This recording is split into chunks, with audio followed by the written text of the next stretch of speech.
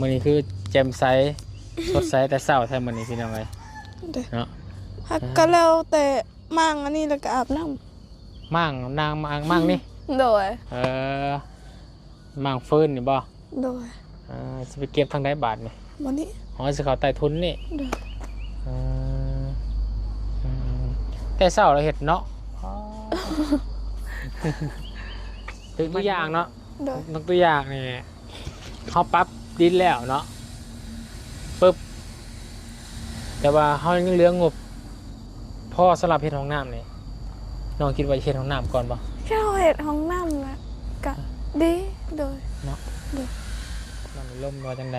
โดยได้ล่มน้ำหัวหน้าเพิ่นว่าน้องสิแบบขาเวียกซอยทางแม่น้ำแน่เพราะว่าตอนคันบ่ได้ไปแบบคันแม่บ่ได้ไปสวนเขาสวนเศร้าจังซี่กับสิไปซอยเสียยาน้ำแม่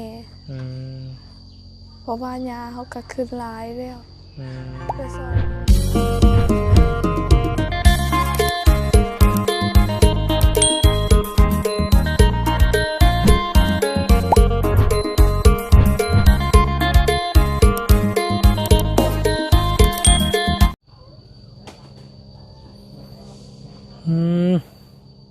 เตรียมอุปกรณ์สวมหมวกอีโม่ง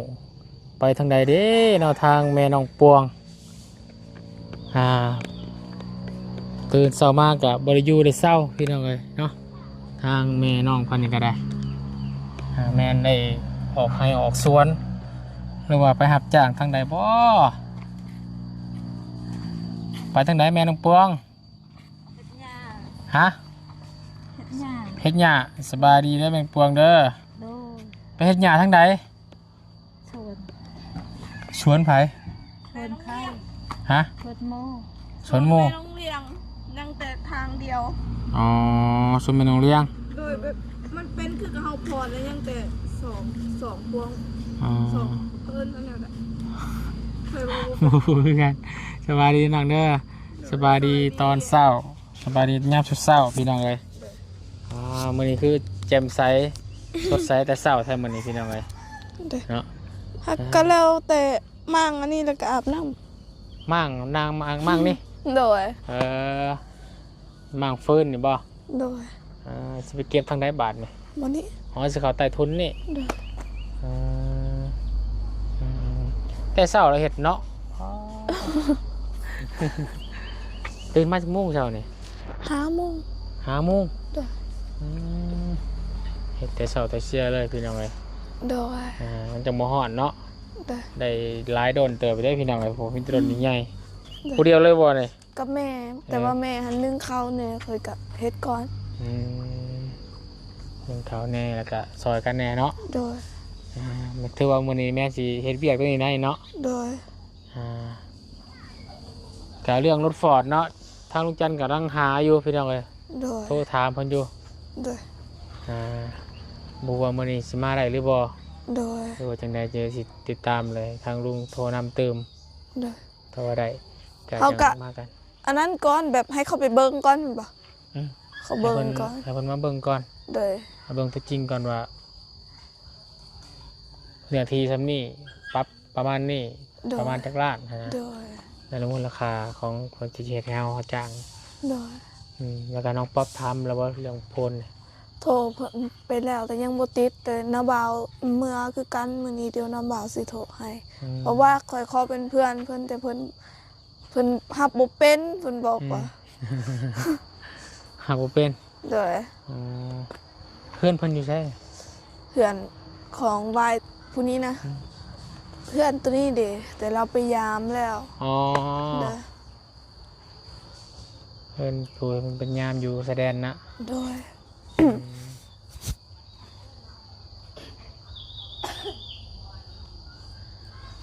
จนก็ที่ฉันได้ชนะไปหาเพิ่นบ่โดยไปหาเพิ่นอยู่แสดงบ่โดยรู้จักบ่เห็นเวียกเพิ่นบ่โอ้เนาะโดยเฮ็ดจังได๋ซะพี่น้อยถ้าว่ารถฟอร์ดมามื้อนี้เนี่ยก็ต้องค่าตัวนี้อีกนี่ถ้าว่ายังบ่ได้เรื่องตัวนี้นะโดยยามซ้ำนี่เพิ่นยามบ่ยามแต่ก็ไปหาเพิ่นได้ พามันได้บ่ โดย รู้จักหมองเพิ่นบ่ โดย อืม เราอยู่ในธนาคารบอนคอยบ่ฮู้แต่ก็เห็นบอนนั้นมันเป็นรูปปั้นของสางบ่ อืม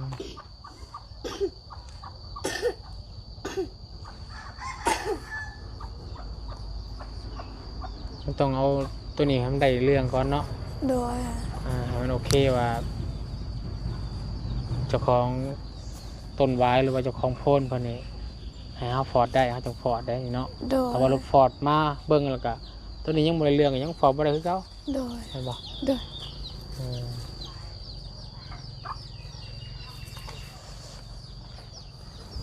มีแต่ต้องเที่ยงให้นาบ่าวโทรหาเพิ่นเพราะว่านาบ่าวค่อยมีอยู่เฟซเพิ่น อืมก็เพิ่นยังบ่มาจังไปเบิ่งอยู่ไปถามเพิ่นอยู่แสดงเนาะ โดย โอเคประมาณนั้นก็ได้ถ้าว่าสั้นก็บ่วุ่นสิพาไปหั่นน่ะ โดย แต่ถ้าว่าให้น้ำบาวเพิ่นน้ำบาวมีเบอร์ก็ให้น้ำบาวเพิ่นโทรก่อนก็ได้เนาะ โดย อ่า แต่นาบ่าวยังบ่มานาบ่าวไปเหือนปู่ค่อยยังบ่ทันมา น้ำบาวคนไหนน้ำบาวคนนี้นี่ โดย เป๊บ เพื่อนได้สิมาได้สิมามื้อนี้บ่ ก็มาอยู่แต่อาจสิมาดนได้บ่ประมาณ1 โมงบ่เพราะว่ามันไกลเด้ก็บ่ฮู้คือกันเงินเข้าเมื่อแต่ซ้ำนี่ก็ประมาณ1 โมงก็สิมาฮอดเฮือนนี่ อืม เขายังบ่ทันเมื่อก็คือสิดมเติบ อืมเอายังพอมันฮอดตอนบ่ายยังได้อยู่ โดย ตอนบ่ายถ้าพาตอนบ่ายมาแล้วก็ให้ทางน้ำบาวโทรถาม โดย ได้เลยอย่างไรก็ให้ทางรถฟอร์ดมาเบิ่ง โดย ถ้าบ่ยากเราให้รถฟอร์ดมาเบิ่งก่อนก็ได้ โดยให้เพิ่นเอารถจักรมาแล้วไปเบิ่งแล้วก็ค่อยถามเพิ่นว่าเพิ่นสิเอาราคาเท่าใด อืมนี่ก็ต้องออกนี่เนาะ โดย คิดไว้ใช้เบิดฟืนเจ้านี่เนาะว่าแต่ล่างเบิดบ่ ตัวนี้เป็นเพื่อนของนาบ่าว อ๋อฟืนน้ำบาวพวกนี้บ่ โดย อืม เฮาบ่เฮาสิเฮ็ดเป็นแบบนี้เอาก็ได้วะหรือว่าสิ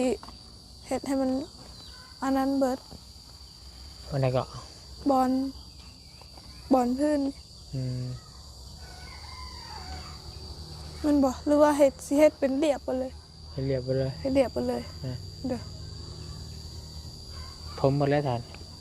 บ โด วย ชบนหน้าท่านนี่เดี๋ยวเฮือนอยู่ป้าไว้ โดย แต่ว่ามันคักแท้ก็คือเฮาคือบุญว่าวนะมีงบเบิดทุกอย่างก็หมางเบิดแล้วก็ปั๊บเบิดให้มันงาม โด เบิด ย นะแต่ว่ามันก็พอกระเทินไปหน่อย โดย แล้วก็ทั้งนกตัวอย่างเนาะ โดย นกตัวอย่างนี่เขาปรั๊บดินแล้วเนาะปึ๊บแต่ว่าเขายังเหลืองบพ่อสำหรับเฮ็ดห้องน้ำนี่น้องคิดว่าจะเฮ็ดห้องน้ำก่อนป่ะ แค่เราเฮ็ดห้องน้ำน่ะก็ดีโดย เนาะ โดย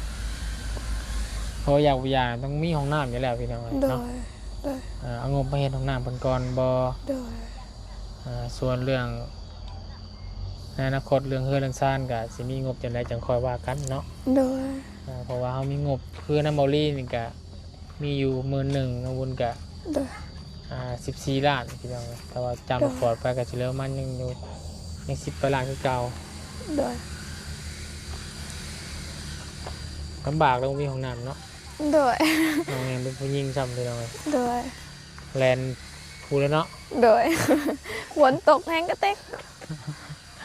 โอ้ยบ่ได้คิดเห็นสภาพเลย โดย ปันในส่วนเรื่องเวียกน้องนี่น้องในร่มว่าจังใด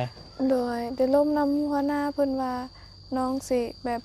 ขาเวียกซอยทางแม่น้ำแน่เพราะว่าตอนคันบ่ได้ไปแบบคันแม่บ่ได้ไปสวนเขาสวนเศร้าจังซี่กับสิไปซอยเสียยาน้ำแม่ อืม เพราะว่ายาเขาก็ขึ้นหลายแล้ว อืม ไปซอยแม่ก่อนได้ประมาณเดือนหนึงหรือว่า2 เดือนก็สิมาเฮ็ดเวียกคือเก่า เพิ่นสิฮับอยู่บ่ ครับ เพราะว่าข่อยบอกหัวหน้าข่อยโทรหาหัวหน้าข่อยแล้วเมื่อกี้นี้หัวหน้าข่อยบอกว่าคันมือใดบ่ได้ไปเฮ็ดเวียกนำแม่ก็มาเฮ็ดเวียกนำเอื้อยได้เด้อ อื มื้ออื่นเพิ่นก็ให้มาเพราะว่าเพิ่นเมื่อเวียก2-3 มื้อเพิ่นให้มาเฮ็ดเวียกนำเพิ่นก่อนแล้วก็ หมู่คอยอีกผู้หนึงเราก็เขาเฮ็ดเวียกอยู่หันเพราะว่าคอยเป็นคนบอก แล้วก็สิสอนเวียกให้หมู่นำมืออื่น โอเคก็คือ โดย น้องป๊อปนี่ก็ชีลาพักเวียก โดย ในช่วงเดือน2 เดือนนี่ โดย เพราะว่าต้องซอยแม่ ไปเสีย เสียหญ้าอยู่สวน โดย ทางน้องป๊อปก็เลยหาหมู่ไปแทน โดย บอนน้องป๊อปเฮ็ดเวียกแล้วกันมื้ออื่นน้องป๊อปมื้ออื่นมื้อคือ2มื้อเนาะ โดยประมาณ3มื้อ 3มื้อ โดย 13 14 15 โดย แม่นจะไปเฮ็ดเวียกอยู่ห้านบอนน้องเคยเฮ็ดเวียกอะไรไปสอนอะไรเงี้ยไปสอนเวียกสอนงานให้กับหมู่ของน้องป๊อป โดย เพราะว่ามื้ออื่นกับเวียดคนหน้าเวียดบ่อยู่เมืองบ้านเนาะ โดย ไปสอนเพิ่นก่อน โดย ดีแหละเนาะก็ถือว่าน้องป๊อปจะลาเวียกกับพี่น้องเด้อ2 เดือนบ่มีรายได้ โดย แต่ว่ามีได้ซอยแม่เนาะ โดยได้ซอยแม่แบบแม่เขาก็เมื่อยน้ำแหน่เพราะว่าเห็นแม่เขาจมอยู่ว่าปวดหัวตลอดเลยว่ามันเป็นคือกับตัวยังกัดมัน อืม ตอนถ้าแบบแดดแห้งจังสิ อืมเจ็บหัว โดย อืมอืมอืม คอยก็เลยคิดว่าออกไปซอยเรียกแม่ก่อนเพราะแบบมันสิไว้แน่น้อยหนึงแบบสิบ่ให้แม่เฮ็ดเบิดมือเลยเพราะว่ามันร้อนแดดช่วงนี้ค่ะ แม่นนะ ถือว่ามันร้อนแห้งแบบ ทั้งแดดทั้งคนแล้วเนาะ โดยขนาดเราอยู่คืออันซื่อๆเขาก็ยังรู้สึกว่าแทบสิอยู่บ่ได้ซ้ำ อืม แต่ยังดีแถวเพื่อนคอยนั่นมันมีแบบต้นไม้หลายมันก็สิเย็นน้อยๆนึงคือกับอยู่โรงงานคอยนี่โอ้ยตายแห้งขนาดคอยอยู่ในโรงงานคอยก็ยังรู้สึกว่าแดดแบบมันร้อนแห้ง มันมีแต่คนไก่ไอ้แคมทางเด้เนาะ โดย รถล่างแล่นไปโอ้คนอบเอาพี่น้องเอ้ย โดย คือ คอยก็คิดว่าแห้งกระเต็กละแม่คอยหันไปเสียหญ้าตะกลางแจ้ง อืม เบิดมือคอยก็คิดว่าพักซอยแม่ก่อนพอได้เฮ็ดครึ่งหนึงแบบเฮ็ดแต่เช้านี่พอแดดออกหลายก็สิเมื่อ อืมนั่นแหละ โดย ถือว่าผู้หนาเพิ่นก็ใจดีอยู่เนาะ โดยใจดีแบบคอยบอกเราเพิ่นก็ตอบไว้แฮงเพิ่นบอกว่าได้ให้น้องพักก่อนแล้วมื้อใดน้องบ่มีเวียกเฮ็ดก็มาเด้อ อืม นะคอยบอกแบบนี้ตลอดเลย ตอนคอยออกทำอิดๆนั่นก็คือกันคอยออกมาบักหลายๆเดือนแล้วได้ อืม ก็สิเข้ามาเฮ็ดเวียกที่นี่อีก อืม หาก็ได้เดือนหนึง อืมก็ถือว่าเพิ่นเห็นในการทำงานของน้องดีอย่างนั้นเนาะ โดย เพิ่นก็ซอยน้อง โดย ป๊อปพี่น้องเอ้ยพอตามบุญเคยไปซื้ออยู่นำเพิ่นก็ซื้อเครื่องซื้อของเพิ่นก็นิสัยดีเด้เนาะทางหัวหน้าเพิ่นน่ะ น้ำมันก็เพิ่นเป็นคนใส่ตลอด อืม น้ำมันรถคอยสิเมื่อ อืม รถเพิ่นก็ให้เอามือ อืมตอนไปสมัครแรกๆเพิ่นนี่ไผพาไป ไอเฮียนพาไป คนเฮ็ดเวียกนำกัน อ๋อจักปีแหละรู้จักเพิ่นมานี่ ไป กับหัวหน้าเวียด คนหารบอก อืม ประมาณเห็นแบบเขาอยู่เต็มเลยเดือนนี้กับเดือนนั้นคือประมาณได้บอกเดือนหนึ่งปีหนึ่ง ปีหนึงเนาะ โดย ก็คือว่าก็ถ้าว่าสำหรับว่าเฮ็ดเวียกนํเพิ่นดีเฮาสำนี้ก็เพิ่นรู้จักนะยังบ่โดนแต่เพิ่นยังโอเคนำเฮาเนาะ โดยก็ดีใจสุดแล้ว นั่นแหละเนาะความดีของน้องนั่นแหละเนาะ โดย เป็นคนนิสัยดีแล้วก็อยู่ใส่เพิ่นก็ฮักกะแพงนั่นแหละ โดย อ่าก็เลยมื้อนี้ก็มาก็ได้ข่าวเรื่องน้องป๊อปพี่น้องเนาะ โดย ได้พักเวียกประจำ โดย จะว่าพักชั่วคราวก็ว่าแม่นได้เนาะ โดย เพราะวิทย์หนาเวียกอยู่ในครอบครัวซอยแม่แล้วก็สิไปทำงาน โดย ไปเวียกอยู่บอนเก่าเพิ่นก็ฮับคือเก่า โดย อืมอืมเอาพี่น้องเนาะประมาณนั่นแหละเนาะมีแต่ว่า โดย ถาเบิ่งเนาะทางนาบ่าวเพิ่นมา โดย นาบ่าวแล้วก็คือพ่อน้องแอนนี่แหละพี่น้องเอ้ย โดย เพิ่นมาติวิละเพิ่นมีเบอร์โทรของเจ้าของเฮือนหลังนี้ โด ก็ ย คือเพิ่นปลูก หวาย หวายไว้อยู่โพนนี่ โดยกับต้นมักมี ตรงมีของเราเนาะ โดยของเพิ่นเบิร์ด อืมเพิ่นคือสิบ่ยากกว่านั้นเด้เนาะ ยาก เพิ่นคือสิบ่ยากกว่ายากกว่า ยากแฮงโดย โอ้ แบบคนเฒ่าเด้มันก็สิเว้าร้ายในหน่อยหนึงแบบ คือกับย่าค่อยนั่นแหละ อืม ย่าค่อยก็มักเว้าร้าย อืม แต่ว่ายามันเพราะว่าเป็นยาเขาเอง อืม คือก็บ่ได้ยินเพิ่นจมเขา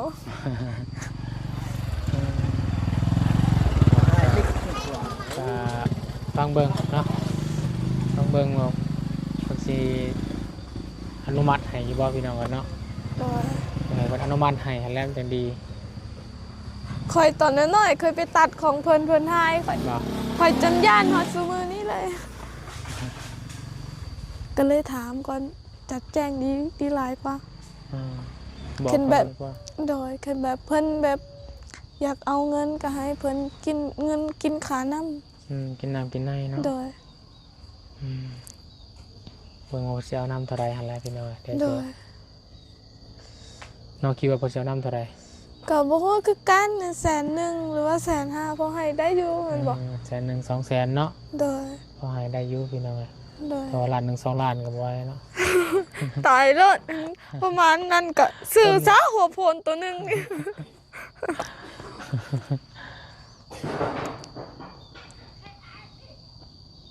น้องเกิดมากับป้านอยู่นี่ก็เห็นเลยเนาะโพนเนาะโพน โดยบ้านค่อยนี่มีโพนหลายแห่งใดขนาดอยู่ในสวนค่อยเป็น10อันไอ้เคยไปแล้วมันบ่ ได้ ไอ้ไปแล้วแต่ว่าขนาดสวนโตหนึงมันมีตั้ง10ลูกพุ่นน่ะหัวโพนนี่ นี่แหละ อืม นี่ก็เป็นหัวโพนกี่บ่อนเพื่อนนาบ่าวค่อยก็หัวโพน หัวโพนหมดเลยบอลนี่ก็หัวโพนแล้วก็บอลเพื่อนคอยนี่ก็หัวโพนให้ดู โพนนี่กันเนาะ เลยแต่มีแต่ตอนนั้นน่ะเขาดุด อืม มีหัวโพนหลาย เพราะว่า FC ก็เห็นดีนํเนาะแต่ว่า โดย จะปรับดินเพราะอะไรมีบอลปลูกผักปลูกหญ้ากินแน่เนาะเวลา โดย ปรับหยังก็บ่เคยสิกวางสิควางแล้วก็ โดย เราสามารถเฮ็ดได้หลายอย่างอยู่มัน เลยอยากปลูกอันนั้นในยานบ่เป็นมีแบบมีขายอยู่บ่ ปลูกหยัง ต้นมะพร้าว มะพร้าวนี่ มีมันบ่ แม่น แพงบ่ ต้นหนึงคือว่าแสนปลายนี่แหละ อ๋อกับต้นมะม่วงนี่ มี มีเบิดแม่นบ่ มี แต่มันบ่ได้ใหญ่แม่นบ่ แม่น ตัวมันใหญ่แล้ว บ่ต้น ต้นบ่ใหญ่ต้นประมาณนี่แหละ ประมาณใด นี่ต้นประมาณกกมัง อ๋อ กกมัง แต่ว่า มา สาย ใหญ่ พัน แล้ว ธุ์ ว่านี่ สายโบแมนอันนี้ฮันโบแมนแต่ว่าสายพันธุ์อันนี้แบบมันสามารถมันกินได้เลยแมันบอก แม่น ประมาณปีหนึ่งปลูกได้กิน โดย หนูม่วงม่วงยังมีม่วงหลายม่วงแอปเปิ้ลม่วงมีหลายชนิดนะ โดยแต่มันก็แพงคือกันอยู่ แพงเหมือนกัน โอ้ ต้นหนึ่งโอ้ซื้อมือนะเท่าไหร่120,000นี่แหละ โดย เคยซื้อเมื่อปลูกอยู่ เขาจะได้ต้นมะพร้าวหลายกว่าแต่ยันมันตายก็สิบ่ตายดอกมั้ง อยู่ใต้แล้วเขารดน้ำตลอด โดย ต้น ได้ มะพร้าว ประมาณสัก2ต้น ต้นมะพร้าวหอม โดยมันสิ มะพ บ่ ร้าว สูงแมันบ่ แม่น ปีหนึงก็ได้กินวะ แม่นปีหนึ่ง ดีแล้วเขาอยากได้ต้นมะพร้าว แม่นว่าปีหนึ่งได้กินมาวุ้นก็จื้อบ่ได้ แมันว่า ะพร้าว สองปีก็ได้ อ่า แบบเฮากระปะไว้เพื่อได้กิน แม่นมีอยู่สวรรค์นะ โดยอ่ะอยู่สวรรค์พุ่นน่ะ อ่ะ แถวนี้บ่มีบ่ แค่นี้บ่มี ว้าคือไก่แหละ บ่ยากเนาะถ้ามันจังได้เมื่อหน้ามื้อในเนาะในอนาคตย้อนจังได้ก็สบายเที่ยวมาตลอดอยู่มาให้ก็ได้พี่น้องเอ้ย แต่มีว่าแต่ต้องมีปรับดินก่อน แม่นถือว่าน้องมีความคิดที่โอเคอยู่ได้เนาะอยากปลูก โดย มักไม้มักตอกพี่น้องเอ้ย ได้ เนาะมันก็มีหลายชนิดมะม่วงมีมะม่วงใหญ่มะม่วงน้อยมะม่วงแอปเปิ้ลมะม่วงโอ้หลายสายพันธุ์ โดย ถ้ามาปลูกแถวดินน้อย ปลู ยั ก นยัง ตามแบบ อืม แบบเป็นหัวบ่ก็เฮ็ดแนวใดนะคะสิปลูกแบบหั่นเลย คือกับแบบนี้ดินเฮาแล้วเฮาก็สิปลูกข้างๆ แคม เอ้ย แคมหัวคือนั้นมันนะ โดย แต่ว่าบ่ให้ปลูกเขาไปใกล้ โดย แดนหลายได้เวลา โดย มะม่วงมันใหญ่มากเลยว่าต้นไม้ โดย มันใหญ่มากมันสิไปทางดินของเขาเด้ โดย มันสิรอกันยากอีก โดย ปลูกก็เผื่อไว้ โดยปลูกต้นมะพร้าวนั่นแหละดีสุดมันใหญ่แต่แบบมันสูงซื่อ เขาสามารถเอาไปขายได้อีกเด้ โด มะ ย พร้าวหอมมะพร้าวน้อย ๆโดย ต้นบ่ใหญ่ประมาณ โดย สูงสุดสิซ้ำก้มกล้วยแหละ นี่ ก็พอดีเนาะ แม่น ประมาณ2-3 ต้นได้แล้ว แม่น ค่อยมัก เพราะว่าค่อยเห็นงามแฮง แม่น ตะกี้ ถือดินแท้น้องสิปลูกได้อยู่มันดินเป็นดินแดงดินงาม แบบเขาปลูกแบบเป็นสายพันธุ์ของเขาเองแบบมันสูงแฮงค่อยปลูกแล้วเทื่อ2 เทื่อมันตาย อืม ค่อยก็เลยบ่อยากเอามาอีกเพราะว่าเสียดาย แม่น แต่นี่สายพันธุ์แบบกินแบบซ้ำนี่ก็ได้กินแล้ว น้อย ยังบ่ทันได้เคยปลูกมาจากเทื่อ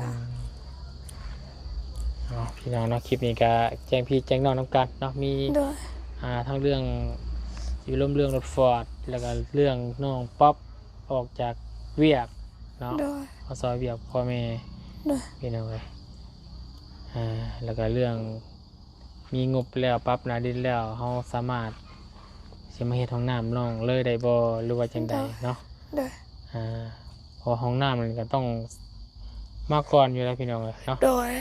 หนึ่งมาอย่างน้อยกับนี่แหละคือทีมงานเข้ามาแหล้ว โดย ในช่วงเวลามาถ่ายทำน้องเพื่อนกัน โดย บ่ได้เนาะบ่ต้องแล่นไปทางอื่นทางไกลพี่น้อง โด เลย ยน้ำนี่ก็เพิ่นใส่น้ำเพิ่นแล้วเนาะ น้ำตรงนั้นหันมันอยากเบิดแล้วบ่จัก อยู่ในบ้านเจ้านี่เพิ่นมีใส่น้ำประปาบ่ มี เอาน้ำประปาเข้าได้คือกันเนาะ ได้ อืมมีเฮือนหลังใดๆใส่น้ำประปาเจ้าของดินมันก็ใส่น้ำประปากันบ่ ใส่น้ำประปาคือกัน แล้วก็ใส่น้ำได้น้ อืม ำแล้วก็เฮือนหญ้าเฮ็ดนี่ก็น้ำประปาแต่ว่าต่อมาแต่เฮือน นี่ขออาศัยกินน้ำเพิ่น อืมดีอยู่ที่ว่าเพิ่นมีน้ำประปาเข้ามาฮอดเนาะ โดย บางบ้านเนี่ยโอ้ลำบากน้ำปลาเขาบ่ฮอนเนี่ยก็ต้องจอน้ำมาดานเนี่ยก็มันแพง เอาน้ำประปาแพงหลายกว่า บอสจอน้ำมาดานแพงเลย แม่นบ่อันนี้น้ำประปาก็แพงคือกัน ประมาณ5 ล้านน้ำปลา5 ล้าน น้ำใดก็คือกัน น้ำได้จอลงพื้นดินนี่20 ล้านหมดเลย แม่นบ่ ฮะ เอ้าเป็นหยังของน้ำบ่าวค่อยคือบ่แพง แล้วจอเท่าไหร่ 6 ล้าน 6 ล้านบ่ เออ เออ พี่กายนี่ ประจักษ์น้อยบ่ ก็บ่ฮู้คือกัน